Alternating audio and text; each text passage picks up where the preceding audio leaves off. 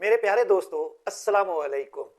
अक्सर आप सुनते हैं कि मैं उस पार्टी का हूं, मैं इस पार्टी का हूं, मैं वोट नहीं दूंगा, वोट अमानत है, वोट को इज्जत दो, वोट से मुल्क की तकदीर का फैसला होता है, वोट से हकीकी आजादी लो।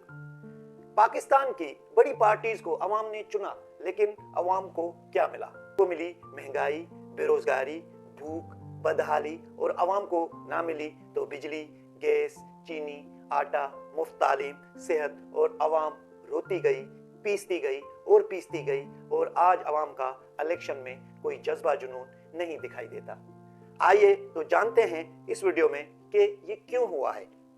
पाकिस्तान में पहला इलेक्शन 1970 में हुआ, जिसमें शेख मुजीबुर रहमान ईस्ट पाकिस्तान से और जुल्फकार अली भुट्टो वेस्ट पाकिस्तान से भारी अक्सरियत लेकर सीट्स ले आए, लेकिन उसमें पावर शेयरिंग पर कोई समझौता नहीं हुआ और अवाम की राय के अगेंस्ट मामला इतना बढ़ गया कि बदकिस्मती से मुल्क के दो हिस्से हो गए और बांग्लादेश अलग मुल्क बन गया।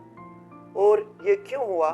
तो इसको समझते हैं। पाकिस्तान में आजादी के बाद हकीकी डेमोक्रेसी नहीं आई और इंडिया ने आजादी के बाद फौरन आइन बना लिया और 1951 में इलेक्शन करवा के इक्तदार अवाम के नुमाइंदों को मुंतकिल कर दिया, और वहां पे कंटिन्यूअसली इलेक्शन हो रहे हैं और अवाम का इक्तदार आज तक जारी व सारी है, क्योंकि वहां इक्तदार अवाम के नुमाइंदों को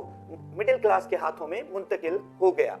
और वहां के फ्यूडल लॉर्ड्स को, वहां पर जो फ्यूडल लॉर्ड्स हैं, वडेरा, जितने भी हैं सरमाएदार, उन सब की कमर तोड़ दी गई लैंड रिफॉर्म्स करके। और वहां वडेरा, जागीरदार, सरमाएदार, उनको इतना बढ़ावा नहीं दिया गया कि वो अवाम को डंडा देकर उसके वोट को अपने हक में कर सके। लेकिन पाकिस्तान में इसके ऑपोजिट हुआ। पाकिस्तान में आइन 1973 में बना, उससे पहले 1956 और 1962 में जो आइन बना वो इलेक्शन के लिए इंप्लीमेंट ही नहीं हुआ और अवाम के वोट डालने की पेशरफ नहीं हुई।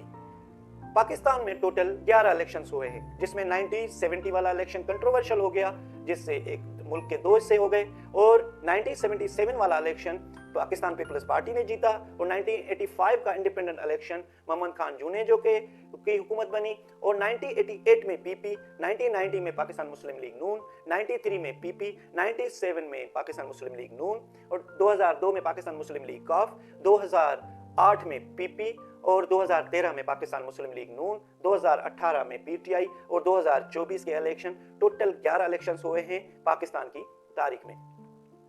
इन सब 11 इलेक्शंस में वडेरे, जागीरदार, सरमाएदार, पीर, मीर, खान, चौधरी, यानी कि तमाम फ्यूडल लॉर्ड्स, सबने मिलकर इलेक्शन को एक अखाड़ा बना दिया और पावर शेयरिंग और पैसे बनाने का एक तरीका बना लिया, जिस इलेक्शन से पहले हमेशा की तरह इनकलाब लाने वाली बातें की गई, जैसे कि तालीम को मुफ्त करेंगे, हेल्थ की मयारी सर्विसेज वो भी मुफ्त देंगे, पानी, बिजली, गैस सब मुहैया करेंगे, मगर अवाम को कुछ नहीं मिलता। अगर मिलती है तो भूख, बदहाली, बेरोजगारी, महंगाई। फिर अवाम 5 साल रोती रहती है, फिर ये अगेन यही साइकिल चलती रहती है बड़ी बड़ी बातों के साथ, और ये साइकिल चलती रहती है और जो अभी तक जारी है। पिछली इलेक्शन का विलेन था वो अब वाली में हीरो, फिर वही अगली इलेक्शन में जीरो, और उनका गठजोड़ इस तरह है जैसे भाई एक पार्टी में, बाप दूसरी पार्टी में और बहन तीसरी पार्टी में। ये आजादी के बाद फ्यूडल लॉर्ड्स पाकिस्तान को इनहेरिटेंस में मिले, जिन्होंने ताकतवर लोगों से मिलकर अवाम का इख्तिलाफ जुड़ने के चांसेस जुल्फकार अली भुट्टो और परवेज मुशर्रफ रिजिम में बना, लेकिन फ्यूडल लॉर्ड्स फिर सरगर्म होकर महंगाई को बढ़ाकर फेवरेटिज्म और नेपोटिज्म के साथ मिडिल क्लास की कमर तोड़ दी, और अवाम आज सिर्फ अपने घर चलाने के लिए परेशान है कि घर का खर्चा, बिजली, पानी, गैस के बढ़ते हुए बिल, और साथ साथ महंगी तालीम, सेहत, मजीद उनका बुरा हाल कर दिया। इस पर दोस्तों मैं वीडियो बनाऊंगा कि अशराफिया किस तरह महंगाई पर अपना फायदा करती है और किस तरह अपने आप के बेनिफिट करती है। जो लोग